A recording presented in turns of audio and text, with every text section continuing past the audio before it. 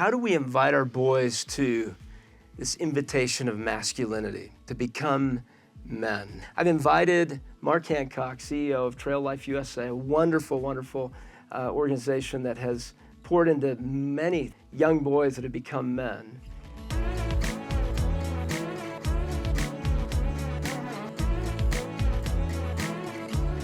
You guys really emphasize this idea of rite of passage and inviting boys to enter into manhood intentionally. Tell me more about that. Yeah, well, that's critical for boys. You know, some cultures still have those rites of passage where boys understand that they're passing into manhood. We've largely lost that in our society. That's why we have grown boys, you know, in our society today. So in Trail Life USA, we're restoring some of those principles, the rites of passage. When the boys, around that age you're talking, around 12, 13 years old, he gets his standard, and the standard is what we use in our organizations. It's a stick. It's harvested in the Bavarian forests, and he nails his awards to that stick. Well, his dad presents him with that. His dad selects that and presents it. That's a powerful statement. The dad saying, I am inviting you into manhood. I'm inviting you into the company of men. And that's so huge for boys. They don't get invited into the company of men in our culture today. So we have to intentionally say to our sons, and you did that for your son, that's just a beautiful thing. That's why your relationship, one of the reasons why your relationship with him today is so wonderful. I did that for my son too. You have to intentionally invite boys into the company of men to say, this is who you are, this is who you should be like. It's so confusing for them. And so that's vital, that rite of passage, something that parents can do to say, okay, you're no longer a boy, put away those childish things. I'm inviting you into the company of men, and you belong here. That's a critical statement for boys. You know, it's interesting, culture has made becoming a man or masculinity something negative.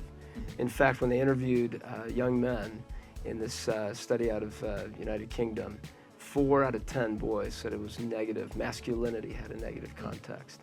Yet here we're saying we're inviting you into something amazing that God has created.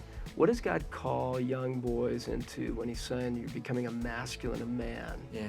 What is God calling us into? Well, you're right. That's a really charged word today because of its connection to toxic masculinity. Right. And certainly there are some men in our society who are not good men. But for the most part, men are good and vital for our culture. That idea of masculinity, it's not that toxic masculinity is a problem. It's a lack of biblical masculinity that's making a problem. So we've got to restore that definition of masculinity and call that boy into things like Christ-likeness, what it means to be a man. And we talk about those things like self-sacrifice and courage and honesty, integrity, all those things that we're calling our boys into. That's what we identify. This is what a man is, not the things that you talk about, like getting yourself bulked up or having as many women as you can. It's really growing into something of a biblical masculinity that's true stuff that's going to last and help you and help your sons do things like raise a godly family themselves. Right. And what does that look like with God's word and prayer?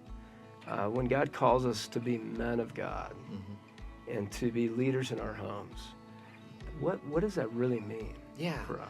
Well, what a beautiful statement of humility to say to a young man, you need to develop a life of prayer. Because in that prayer closet, you're asking for advice from someone you can't even see, which is a huge statement of humility. It's saying, I cannot do this on my own. And we call men all the time, if what you're doing you can do in your own strength, it's probably not worth doing. If you're not leaning on God, hugging God tighter for what it is that he's called you to do, then maybe it's not worth doing. And so we have a generation of young men who are not being challenged to do things greater than themselves. And so they're settling for less. And so they're not having to become humble men who reach out to God and say, God, help me, because I can't do this without you. And so a prayerful life, a life connected to God, where you accept who it is that he called you to do, the biblical mandate, be fruitful, multiply, fill the earth, subdue, have dominion, that God gave us in Genesis. Where we help our young men to embrace that again. You are meant to be something strong, not toxic, but something strong like Jesus, and it's going to require that you lean on God because it's probably something you're not able to do under your own strength. And I can just hear some parents saying, yeah, I mean, that sounds nice. But here I have a 13-year-old, 14-year-old that is struggling and I don't know how to point them to God's word and to find strength in that and to want to read God's word and to pray. It's just counterintuitive to admit weakness, and they're just trying to figure it out, and trying to get stronger, get as many friends as they can, and they're disconnecting from me. What do we do with that as we're inviting these boys into masculinity that is centered on Christ? It is so complex. So what do you think, It Mark? really is complex. Nobody has it harder than boys in today's culture, other than the parents of boys in today's culture, to help them to find that path. And it takes time. It takes, like I said, you can't do it with a phone in front of your face. You got to do it face to face, spending time with that boy to help draw out on the inside of him what it is that God's calling him to do. Because God isn't calling him to live a sort of sycophant kind of life where he just doesn't really do anything. God's calling him to adventure, to be fully what he's called him to be. And as parents, if we're participating with our sons and helping them to identify what is God's calling him to be, frequently it's going to be beyond his own strength. Then that's where he's like, if I'm going to do this, I'm going to have to depend on God. So you make it. That's when he begins to thirst, is after God's guidance and getting him through this very difficult thing that's in his heart to do.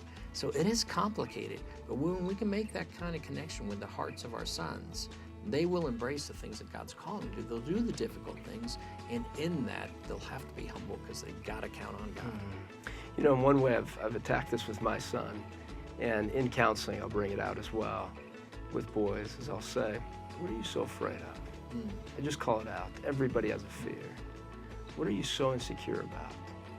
And I just go to the root of where boys get mixed up. Many times at 13, 14, there's so many insecurities, so many fears, and they learn how to cover it up. And they cover it up with these behaviors that culture says that this is actually what makes you a man. And the more you suppress that, the more fearful you are quietly, and the more toxic you become in who you are as a young boy, a young man. And so let's call that out in our boys. Ask them the question today, what are you so afraid of? What makes you so insecure? And I wonder what you're going to do about that, because and what do you need from me as you step into that real difficult place? Because everybody carries those around. And some of them, some of the people that carry those around in very deep in there and never talk about it, it begins to change them in the wrong direction. And the ones that are able to admit it and bring it out, those are the ones that are able to say, Jesus, can you help me? Can you help me? Can I talk to you ongoing? Because it's okay for me to be afraid, but I need courage. And God, you can give me courage. And I'm thankful for that. And it begins to create a grateful heart, that humble heart we've been talking about on this. And I really think that the culture and the messages that we get are constant. So the conversations we need to have also need to be constant. So we've developed Launch into the Teen Years for parents to be able to have these intentional, deep conversations to create deep-rooted boys in their masculinity. Let's look at the Bible, the teenagers that really did it well. Let's look at Daniel. Let's look at David. Let's look at Josiah. There were some strong teenagers there that embraced the role that God had called them to be, no matter their age. And God's calling you into things. Let's seek that out together.